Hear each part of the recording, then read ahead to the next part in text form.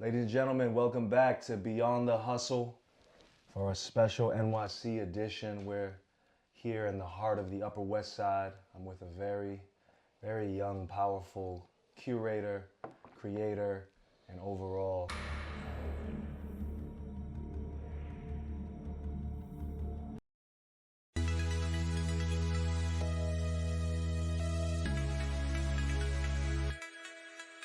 community connoisseur by the name of Josh Zweig. Zweig. Zweig. Close. Zweig. Yeah. Zweig. Yeah. It's great to see you, Josh. Nice Thank to you see for having me. My pleasure. We're here in your, I guess this is kind of like a very creative, inspiring studio slash space. How would you describe where we are right now? Oh, no one's ever asked me that. It's an extension of myself and more recently my wife. Really? We have always, appreciated art, and whether it's things that I've acquired myself or passed down from the family. I mean, these are new additions, and this stuff over here is from Grandma, and I just try to make a comfy, creative space. Recently added the music element to it, which is a new hobby of mine. And just trying to make it comfy and welcoming.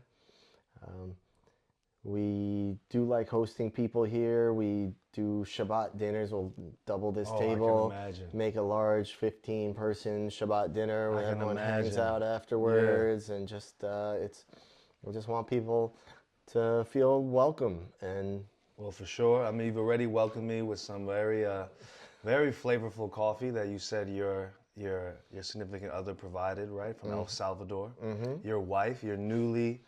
So you just got married? Newly, yeah. We still could. People still say we're newlyweds, but it's like a year and 3 months.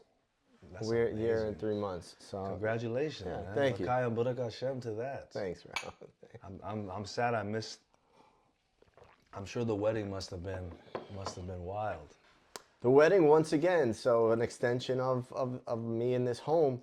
We actually got married just down the street at Riverside Park, small little 25-person event, and then came back here and then had a celebration. Oh my God, that's perfect. So yeah, it was nice. It was intimate. That's perfect. Yeah. And we're here in the Upper West Side.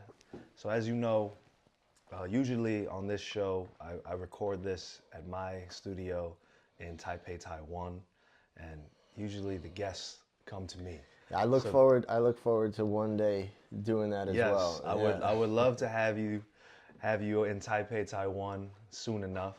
So this is cool experience for me, just kind of being out in the field, so to say, and being immersed in different environments. So once again, thank you for having me in your space. You know, spaces are super sacred. And my pleasure. Yes, sir. My honor. Yes, sir.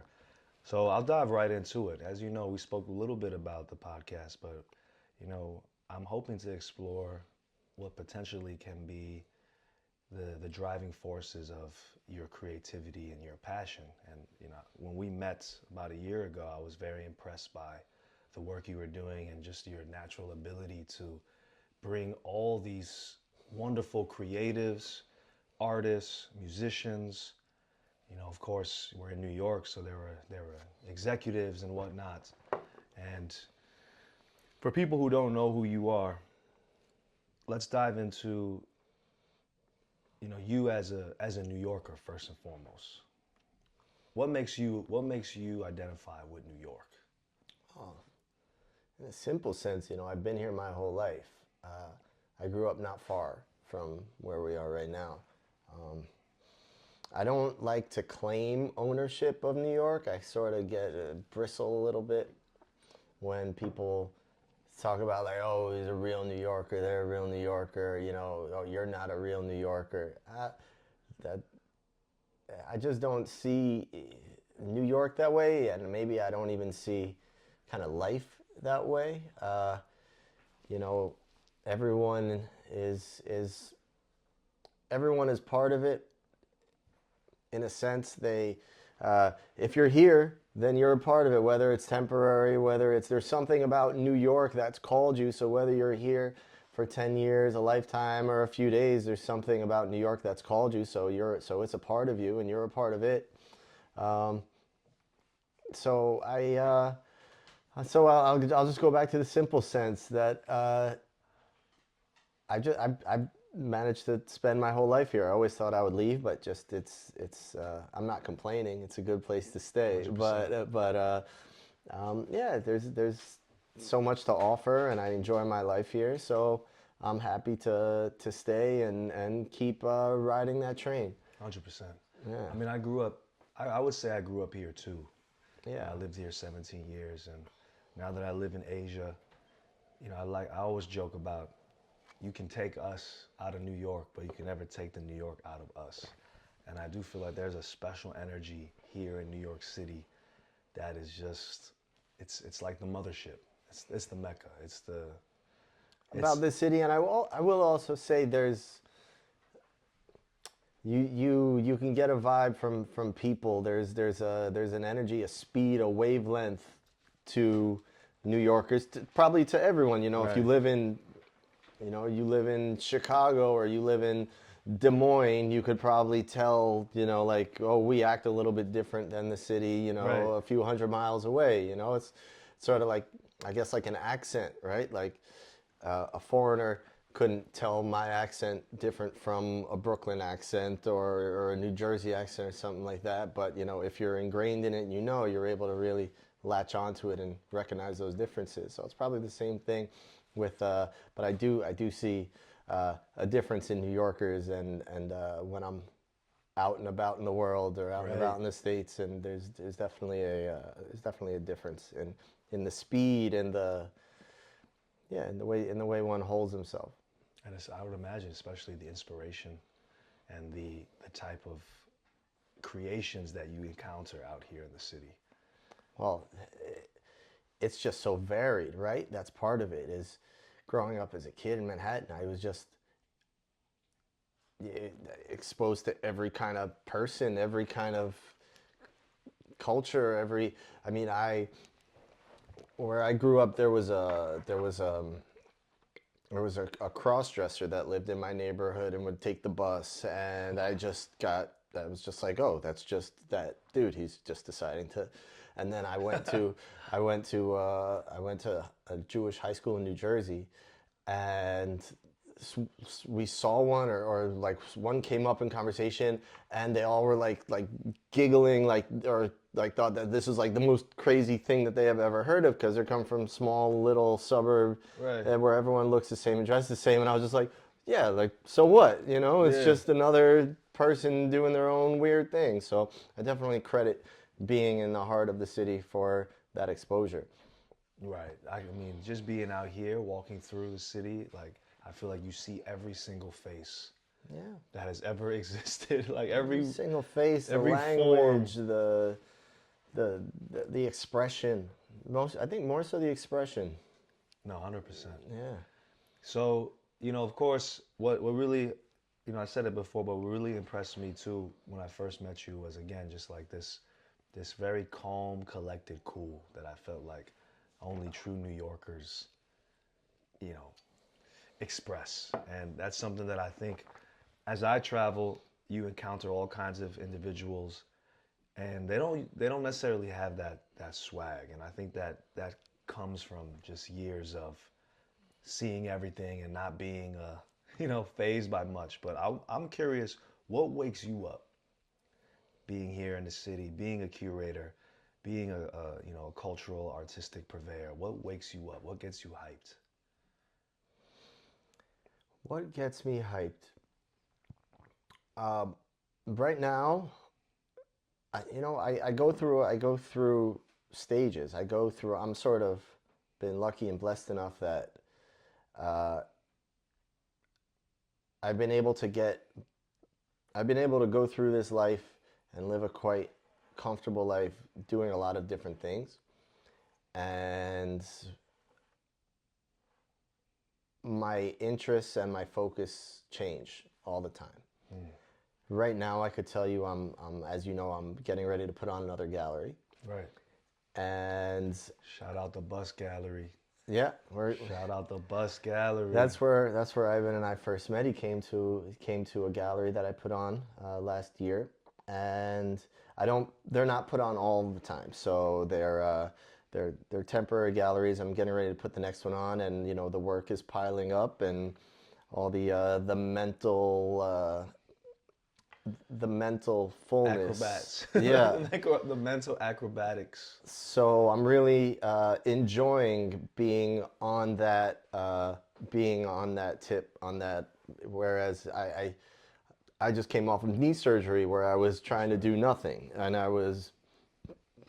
excuse me, I was being very low key and really not getting into much and not really taking on many responsibilities, and now I've switched over to putting the gallery on, and I'm getting so much joy, so much feeling of fullness, by having to dive into this gallery that I really enjoyed putting on. I think it's a blessing that I'm able to do it, and with all the mental hula hoops that come with it. And these days, that's what gets me up, is the gallery, and also I'm enjoying also getting back to being physically active, which I 100%. haven't been. That's always been a big part of my life, is physicality. So those two things have been very, very the reason why I enjoy waking up. 100%.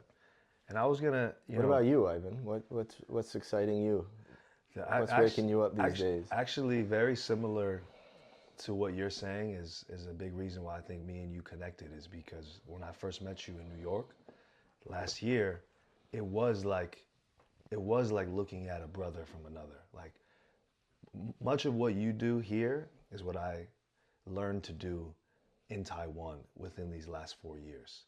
So that same kind of element of like bringing people together, getting outside, kind of creating, I guess, people like me and you, I think we're like manifestor generators. We bring people together and we create moments that we hope will impact people or like affect them beyond the actual events. Yeah, we want to focus on. Right, I always say my art galleries aren't about selling art. That's not how I came to putting on this gallery. I should say we, my sister and I. It's not why we started this gallery. It was to bring people together. It was to leverage a few different parts of my life and wanted to use those things to bring people together and have a good event and bring people that joy and comfort, and take pride in that. Well, I mean, it was very evident for sure that that dream manifested. And that's a big reason why I'm hoping people from Taiwan get a glimpse of, not just Taiwan, I would say, anywhere beyond New York, get a glimpse of some of the work you've done, because I feel like it's something that can expand and be taken to different regions of the world. So I'm looking forward to it, man. Yeah, I would love that. Late January. I mean, you guys might see this after January, but we'll try to get this out to you soon. But nonetheless, who do you think forged your beliefs? Or even before that, are there any maybe motto, sayings, beliefs that drive you? I think my desire to connect with others, which is a big driving factor, and I want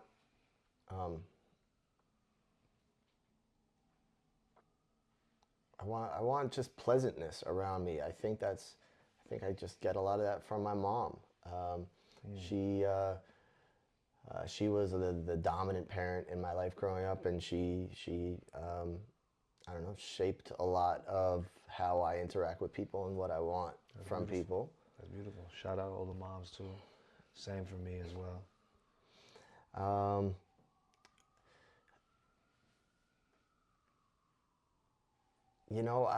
I could tell you where my kind of philosophies lie. but they feel like those have been come about in the last 10 years or so. A lot of it has to do with Epicurean ideas and a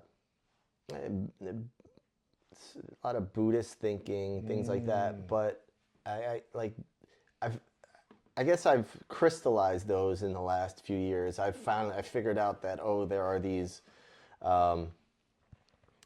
terms and people have studied and put into words these things that I would sort of was flowing on already throughout most of my life. But yeah, I like the Buddha idea of living gently. It's a sense of let the other person live, let things be. One thing in New York you get a lot of is a lot of people trying to push and change things and rat race and make their mark, and I'm not as concerned with all of that. I just want to enjoy my time here, bring joy to the people around me. I don't need my name on buildings or a legacy or anything like that, or to make $1 billion. So I guess it's the pursuit of joy and pleasure, but not in a hedonistic or over the top way, and being able to extend that and to the people around me. Wow, that's great to hear that verbalized. Thank you for sharing that. My pleasure. Do you have any maybe your favorite philosophical or spiritual character? I know you mentioned Yeah, Epicurus, when I started learning about him fairly recently, I was like, wow, this sounds exactly, and kind of just what I said. That is the basis, a lot of what Epicurean philosophy is. So he's been, like, when I discovered him, not too long ago, I was very pleased. Osho. Ooh. Osho, the controversial Osho. Osho is a wild character. Yeah, and of course, some people in certain places didn't like what Osho was teaching because it was so. Yeah, including I tried beautiful. reading some of his talks to family members of mine who have like a Jewish religious slant. They're not like, they're modern and they live but they're still like, were raised and were steeped in this Jewish world. And I tried reading some of the things to them, and they were very, very uncomfortable. Yeah, I like, I guess what he brings is kind of an antidote to what and I think a lot of people are afflicted by. Or afflicted is a hard word, but we tend to, you're going to gravitate to something that is a concern of yours, or that you can identify in yourself or are lacking in yourself. And I think that as well as most people, are overthinkers. We analyze, we can be afraid to act. We think more analyzation is better. If we think about it some more, we'll figure out the right thing, and we just kind of stay lost in trying to overthink and trying to think something out. And we were also taught that immediate kind of reactions are dangerous, and they can be, but the danger in them, needs to be tempered. And what Osho speaks about is simply reacting, well, I guess it's as simple as living, and I'm probably not going to do it justice, but living and holding yourself without the mental wrestling match of should I do this, should I not do this, what if I did this, what will people think, what is this the best way to do it. It's more just like you feel something, go do it. You feel it, do it. Like take out take out the mind. He talks about uh, I went to his meditation center in Pune, India, last year, and one of the talks that he gave said the idea of people, when they say someone goes crazy, they say, oh, they've lost their mind. And he says it's actually the opposite. It's when someone goes crazy, they're too much mind. They are too much and they're talking to themselves. There's a million things going on in their mind. Their mind is overdoing it. And it's, it would be it would be a benefit to us to lose that mind, to lose our minds and just live and act and be in the moment. So just a nice little, a different way of thinking about that term, losing your mind. It's like, no, that's actually the goal, is to lose your mind, is to quiet down that mind that's there. So well put, so well put. And especially being in like a metropolis, I feel like that's one thing that hit me too, is there's so much stimulation. Yeah. Yeah, it's hard to turn it off. It's hard to turn it off. I mean, people ask me what it's like to have grown up in New York. And I say, I don't know. It's just that's just what it was, Right. But No, yeah, for real. yeah. I was gonna ask next, because I like what you said about, you kind of read some of the Osho to your family members, and how do you identify or embody the spirit of rebellion in your own life, and how has that impacted or affected your work or Well, I your think creations? the idea of rebellion to me, well, I guess this is now I'm speaking as the father of a teenager. The rebellion to me seems rebellion for its own sake seems childish.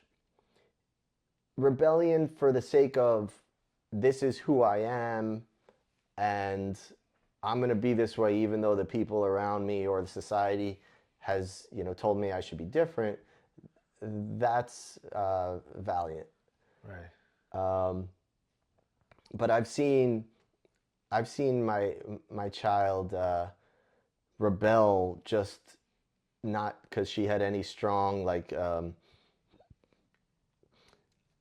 real thought out reasons why. It was just a fuck you mom, a fuck you dad, and and I just I was no like I was not like a perfectly straight arrow of a kid or even as an adult, but I just want her and everyone to act on what is truly going on inside of them and not as a reaction to some outside force.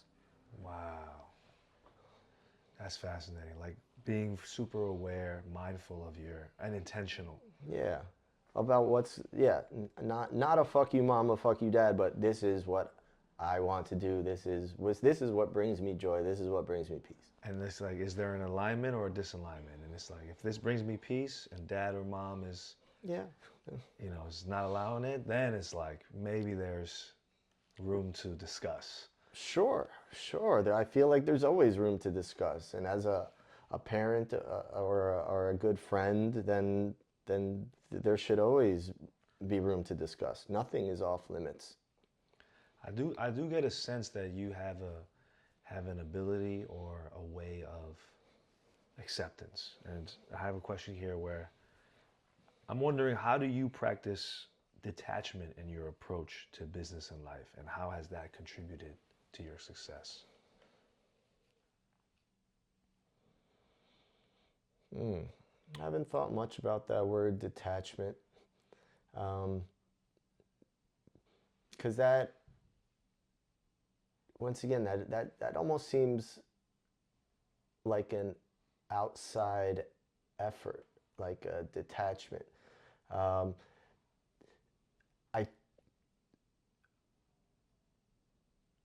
I would like to think of it more of a Osho-esque, I am following whatever internal wind is blowing me, as opposed to, and if it means that I get attached to something, then that's okay too. You know, emotion and attachment can be rather are natural things, are natural Right. occurrences in the body and in the soul.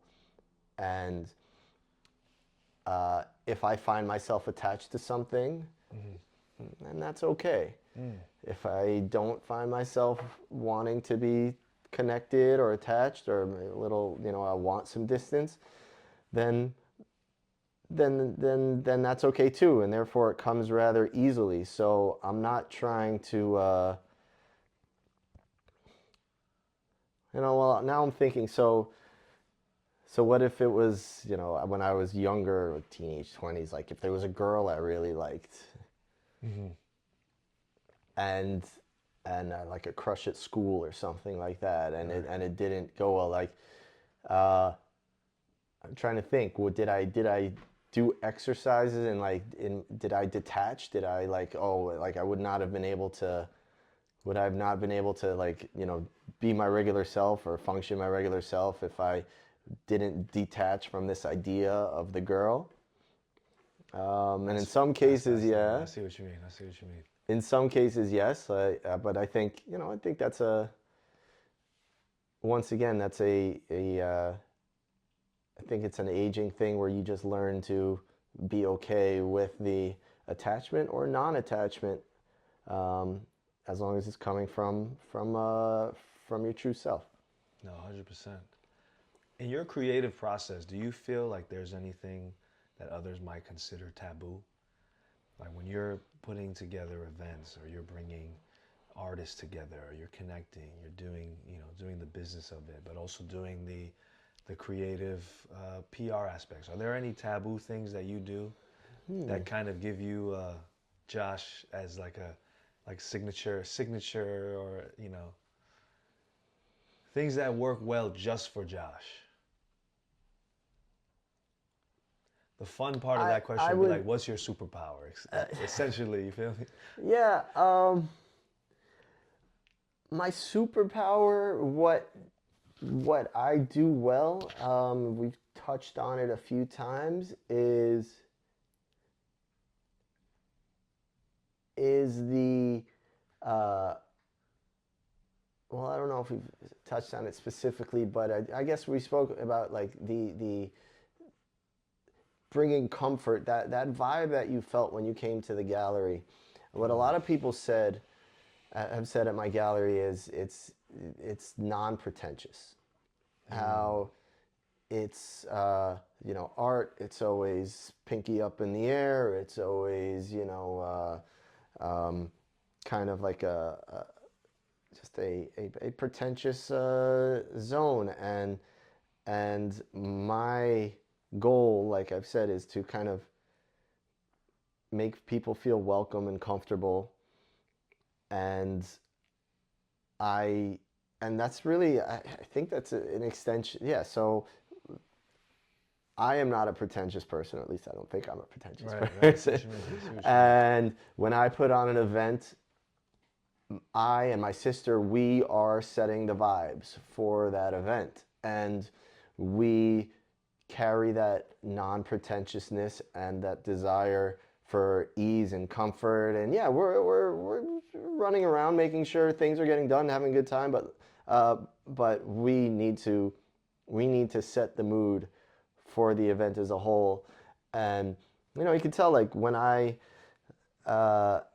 put on events where I wasn't in the best headspace, and you know, it's come through from other people that like the event was a little, it wasn't as warm and happy, and so it is pretty amazing how I can't just put the pieces in place. I need to be there, kind of radiating, in order for the level Right. of enjoyment, or the level, like the vibe that we're trying to put together. Right. So I don't know if yeah, I guess I'm my energy is pretty important for my events, I assume. But I assume that that probably goes for a lot for most gallerists. That's a really interesting take though, that, when you're radiating, you're almost influencing the reality or the vibe, the energy of the actual happening. Yeah, and no, I mean you could think about that. That's true for most of life, right? I mean, even if let's say you go to a bar one night and there could be some bad vibes going on in the back over there, but on your side, the world is a mirror, right? If you Right. put it, if you put the goodness out, if you're radiating goodness, then that's what's going to be around you. That's what's going to color the scene. 100%. For people who might be watching this who are, you know, maybe haven't found their action bias yet. They haven't found there's still too much mind. Are there any skills you've picked up along your life, along the way, that kind of helped you cultivate more of that radiation, that energy, that presence?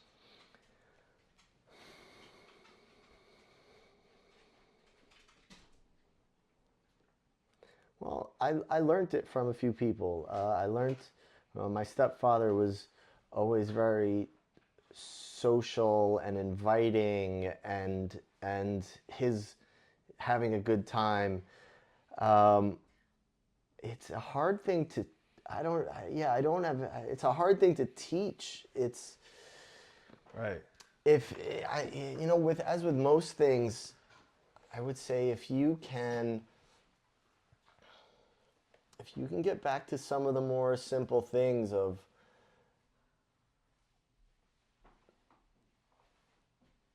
if there's someone who you really enjoy being around, someone that puts you at ease, just have them tag around with you that night.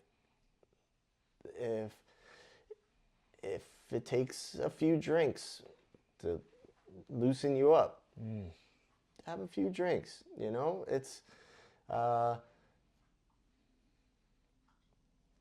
sometimes there's going to be overthinking and there's going to be stress, and it's just there, and you can't really get rid of it. And Right. and at a certain point, you just say, "All right, that's what's going on tonight." Anyway, like that's a guest here tonight also, and that's okay too.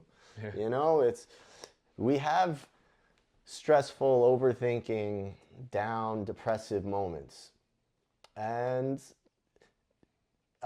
there's those are gonna happen. Suffering happens. It's the it's how we deal with them. If you're fighting it the whole time, then it just is gonna make it worse. I could definitely relate to that too. The more you fixate on something, Yeah, the more it breeds that same thing that you're fixating on. yeah. Just get yourself busy with something else, whether it's like people or some kind of goal. When I first time I went to Burning Man, uh, I was really stressed out. I was having a bunch of anxiety, and I just was not able to get into it that first day or two. And my friend was very wise. I I told him what I was going through, and he said, "Okay, Josh. So what usually makes you happy?" What I said, I was like, helping people.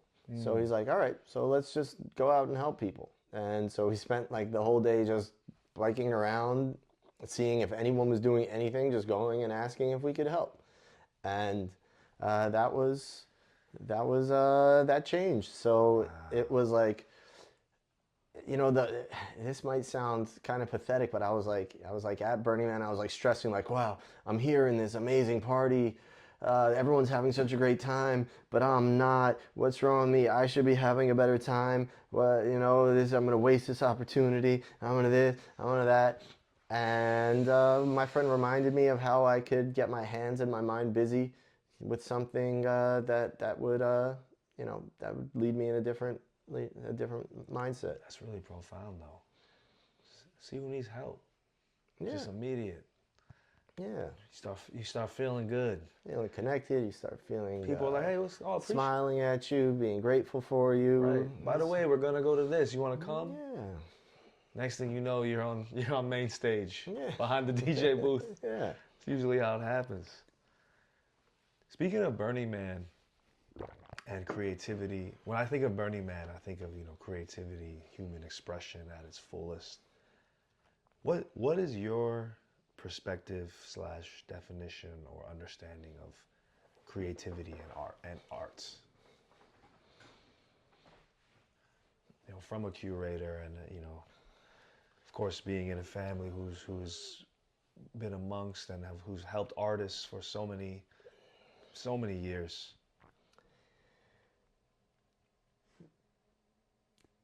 It's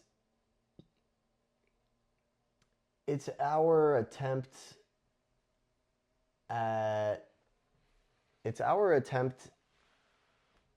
at bringing more to the world, of contributing to the world or explaining the world beyond the basic needs.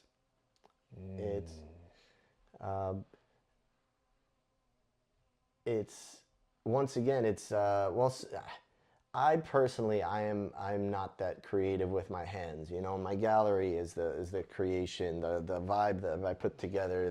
That's my creation. But in terms of that paintbrush to paper, the sculpting, it's I don't know if I feel like most artists, are they doing it for the outside world? Are they doing it for recognition or to bring joy or introspection or something to the outside? Or are they doing it because they feel the need for something internal?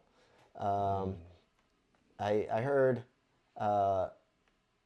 Rainn Wilson on his podcast. He was talking about art, and he was explaining it to his son. I mean, maybe he was specifically talking about being an actor. But he was like, they said, like, you should only be an artist or an actor if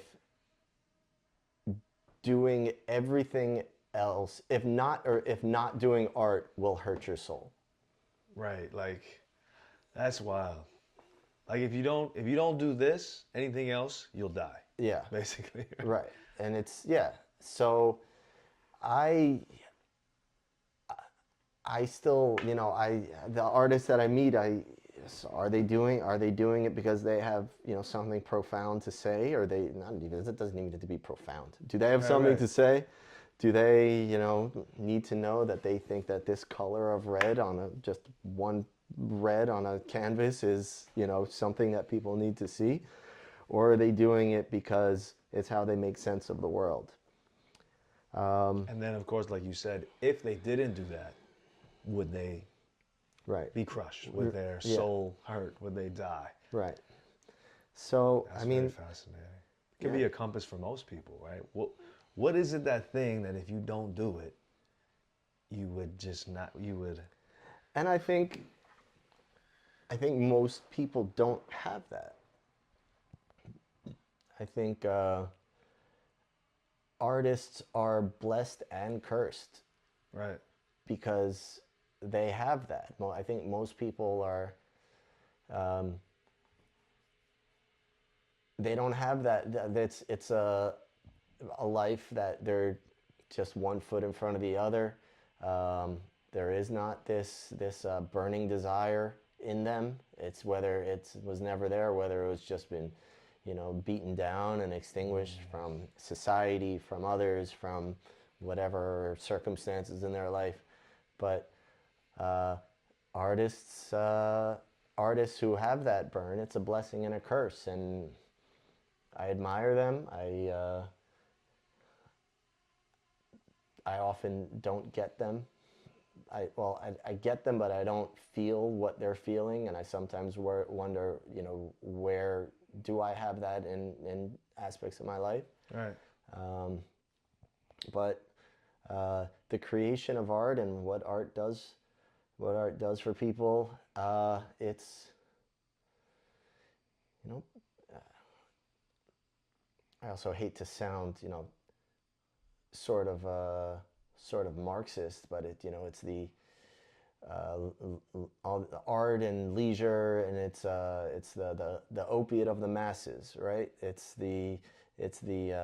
what needs, it's what us as complex beings, need in order to be able to uh, live fulfilling lives, because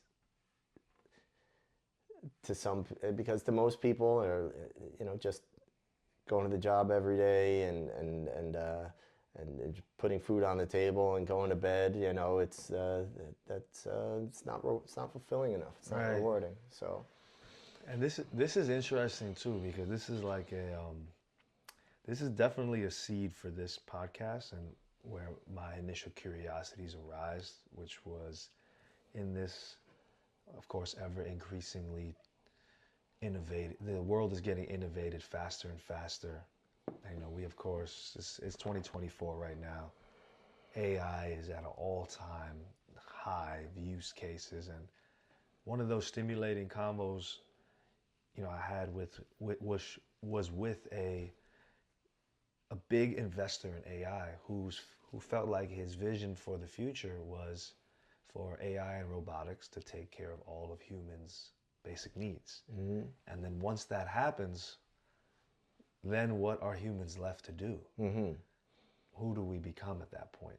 Right. And there are utopian theories about we would all be artists, or we would all be creators, dancers and whatnot. And then there are other theories that are like people will be completely lost. Right. People will feel purposeless. Mm-hmm. Yeah, I think both are true. Right. I think it's gonna, maybe one of those, or no, there will. Considering there's artists now, I don't think artists will ever disappear in this AI world. But Right. no, yeah, both will be true. It will be. I mean, even when talking to my dad, he was always, he like had his one job, his purpose. He worked for one company, did his thing. That was his whole life, and he just, when he retired, and I think when a lot of people, when they retire, they're lost. They um, let me ask you, in terms of AI and art, is art about the creation? I guess binary questions are never fair, but is art about the reception by the viewer, by the listener, or is it about the creation and the person and the person's story behind it? In a simple way, I'm I asking, see what you mean. AI generated art. If you show it to a group of people and they all say, "Wow, this is amazing," but then they find out that it was AI generated, how are we supposed to treat that? Mm-hmm. So it's like, yeah, you're almost saying that it's almost a play with like what we're trained to see as visually appealing, as opposed to respecting the process and the identity behind it, the Right. spirit behind it. A lot of people are simple, right? I mean, art connoisseurs, they want to know the story, they want to know Right. the person behind it. But a lot of the simpletons, I'm not saying that in a negative way, but they simply, like, they hear a song, if it makes them bounce their head, and it's, that's all they care about. Mm. And is there a problem? Is there a problem there? I see what you mean. My hope is that as those basic needs are fulfilled or covered by increased AI technology and robotics, my hope is that people will have more time to reach their potential, or to, as Maslow has said, to self-actualize. And what does self-actualize mean, and how similar to enlightenment is that? Do you have a perspective of what you think enlightenment is or feels like? Have you ever felt that feeling of like, wow, I used to joke of the slang term God mode. Like, I'm in God mode right now. Everything I do is propagating, manifesting. Have you experienced that kind of feeling? I've felt, not that where everything I'm thinking is propagating, or or manifesting. God mode to me, I guess, is and the way I wanted to answer your question before you asked about the God mode slant, um, was back to like this Buddhist idea of contentment and emptiness. Um, I've been at times perfectly content where every like life was exactly how I wanted it to be. I wouldn't have wanted to be or do anything else in the world except be in that moment at that time.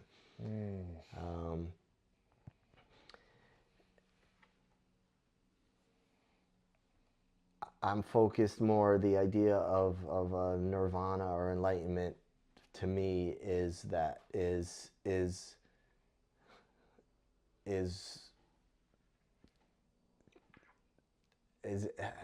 going to say emptiness. And so we have this idea. Emptiness has come to have a negative connotation in Western society when you say like someone is empty or something.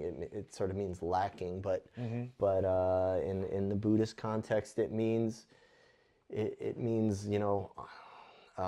of open. It means like unimpinged by desires and lacking and ego and feeling the need to portray yourself as a certain thing. So my idea of enlightenment in God mode would be the supreme ability to be okay with it all, to not need to change things, to not need to manifest anything, just to be okay with right now. That's beautiful. YOLO or YALA? You only live once, or you always live again? Never heard Yala before. That's I'm surprised. I'm surprised. Apparently, there's that. I forgot what culture says YALA. Like YALA. Yala. It's Middle Eastern. What does that mean? It just means like let's go. Like if you want to say, the more traditional use of it, it's like we're getting ready to go and like okay, Yala, like let's go. I see what you mean. So the acronym you haven't heard before. That Yeah, I haven't heard the acronym. You always live again. Yeah, you always live again. Or YOLO, of course, you only live once. Both. If you can, you only live once. If you can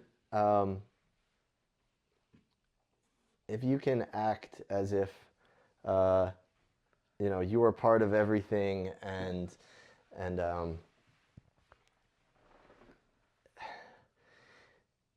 it's just like whether it comes from like meditation or hallucinogens, you kind of get like you sort of learn to blur the lines between you and others and you and the world, and that can extend to time.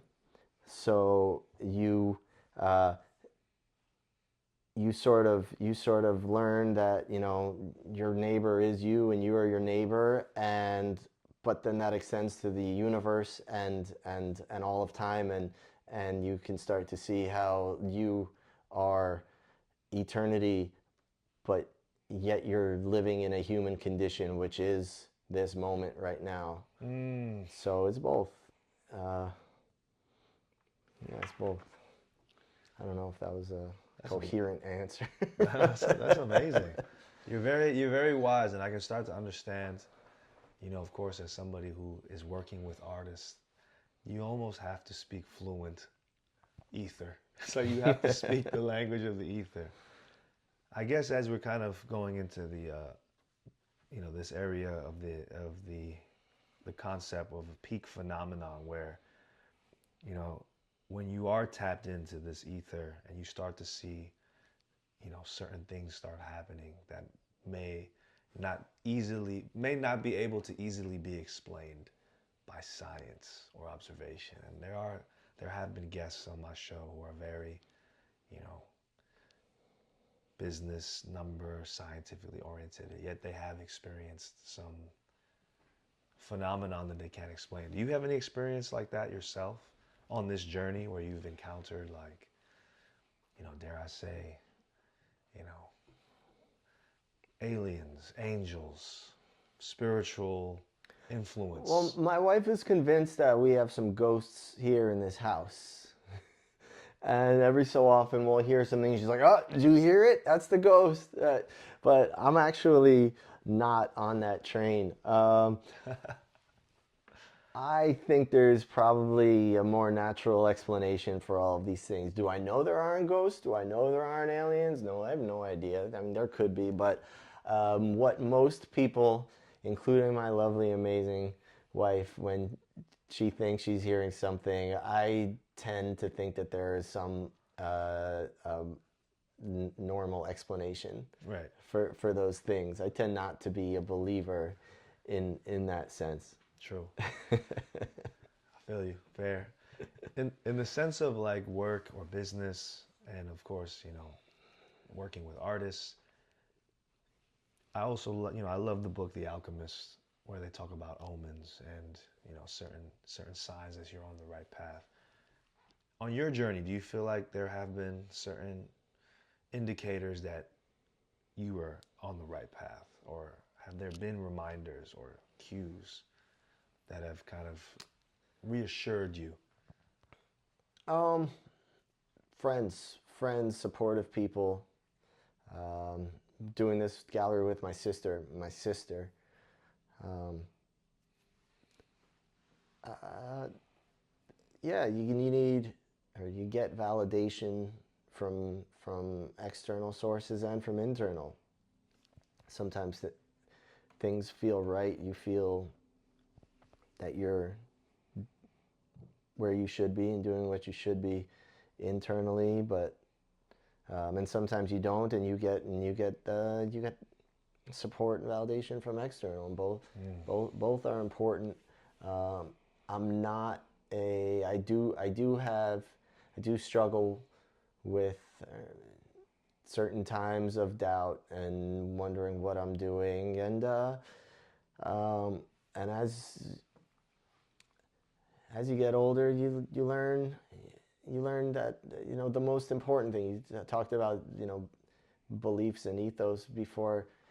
I think the most important one is this too shall pass. And you just keep, if you recognize that, then everything is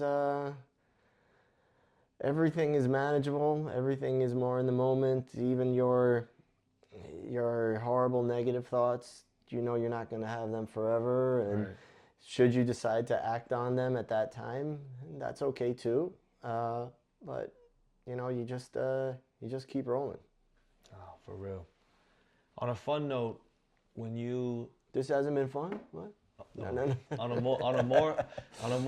more fun note, because as you know, as you say that, that's chill, peaceful. But when I say on a fun note, I'm thinking about some of your visions for the future. And I've always struggled with visions of the future. I've always struggled with, where do you see yourself in 5 years? Where do you? I think I had a fairly chaotic childhood where I wasn't able to, like, I wasn't standing on stable ground, so I wasn't able to start thinking about and building and going towards things and putting, you know, like making plans and things like that. So I've never been good with future planning. Maybe that's why I'm so obsessed with, you know, this kind of Buddhist idea of just being in the moment, because it's maybe you know, it speaks to where you know, what I feel is the right path. I feel is the right, like, mindset in order to be able to deal with the world that I live in up here. right. But visions of the future for myself, for the world, where, what do you? Let me rephrase. Yeah. If you could imagine your future self maybe meditating and sending messages from the future back to you, And let's still imagine that there is a multiverse of possibilities. But which version of yourself is speaking to you, and what would he say?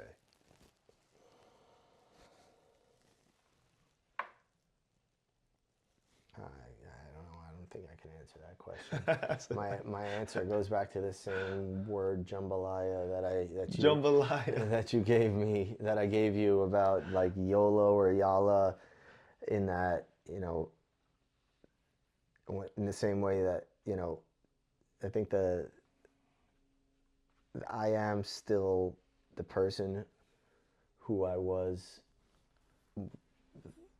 back then, and I am the person who I am in the future. Like there's I don't Centeredness. There's a centeredness. there's a centeredness. There's a like a fluidity, and it would almost be helpful to think of that time doesn't exist.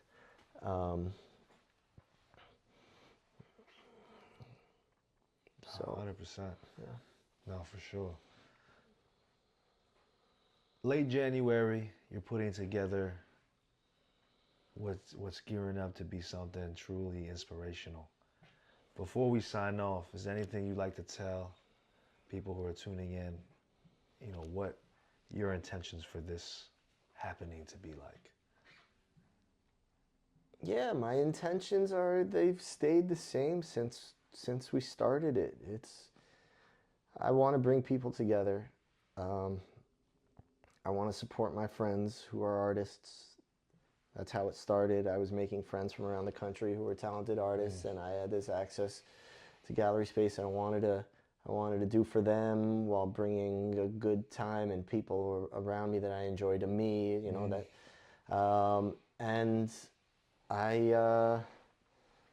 not much has changed. I think it's a great opportunity for my sister and I to bring people together, to have fun, to listen to some good music, to